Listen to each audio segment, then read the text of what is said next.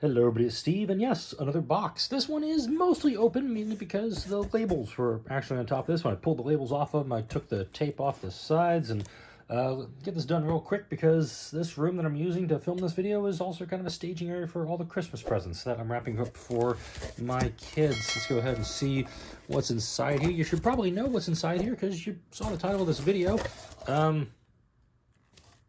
Okay, looks like they're using some recycled stuff. For this, looks like some Bob Dylan materials there. But inside here, this is, I want to say this is pretty close to the last ship. It might be the last thing that I want to get out of my collection for the Star Trek extra large ships. It is Spacedock. I've been waiting to get this thing for a little while. I'll go ahead and get this out of the bubble wrap, and we'll take a look at it. I'm doing something that I've never done with these unboxing videos before. I'm doing a take two with it. I took out the little stand for it. Actually, look at the bottom of the stand here. It's a high number, 3096-A/C, so it's one of the higher number, and it fits like that. So Spacedock will actually kind of go in and sit on top of this thing, for those of you who are curious how it looks. My first attempt at this, I gave some massively factually wrong information, and I know future Steve would probably appreciate it if I didn't have to give him a ton of extra work getting this video edited and up and online. But first appeared in our timeline when we first saw it was in Star Trek 3, The Search for Spock. This is what Enterprise came limping home to after its engagement with Khan. The Excelsior was under construction there, and it showed up in the rest of the TOS era films. According to Memory Alpha, which I use this for a lot of the information for this, it showed up in the Voyager episode Non Sequitur, which I believe is early season 2, and it's a Harry Kim focused episode.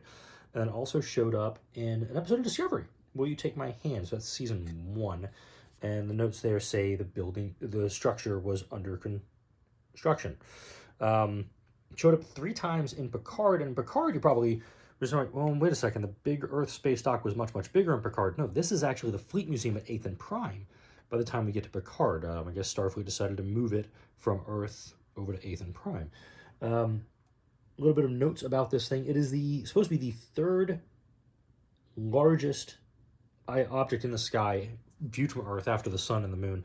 And it's supposed to be, let's see, according to Dave Blass, 3,810 meters in diameter, so at 2.4 miles across. Let me get out of this extreme close-up for you.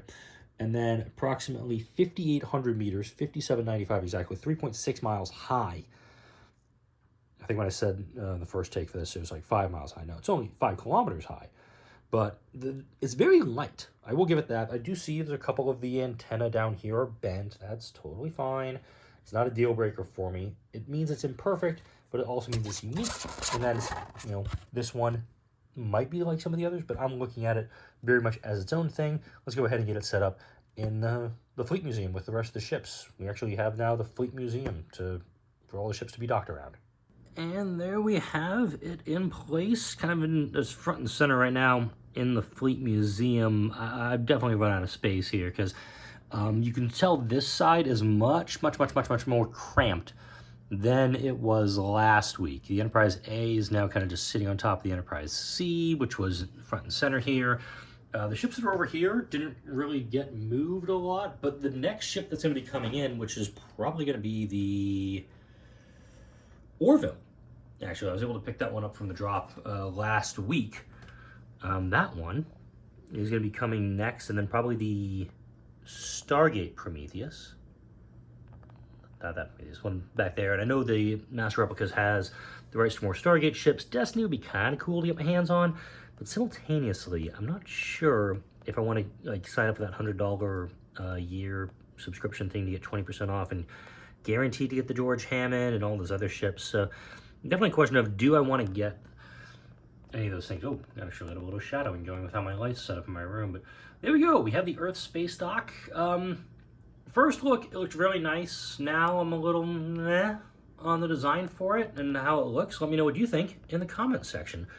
Drop a like if you enjoyed this video, and subscribe if you haven't done so already. Thank you all for watching, and I'll see you all in the next video.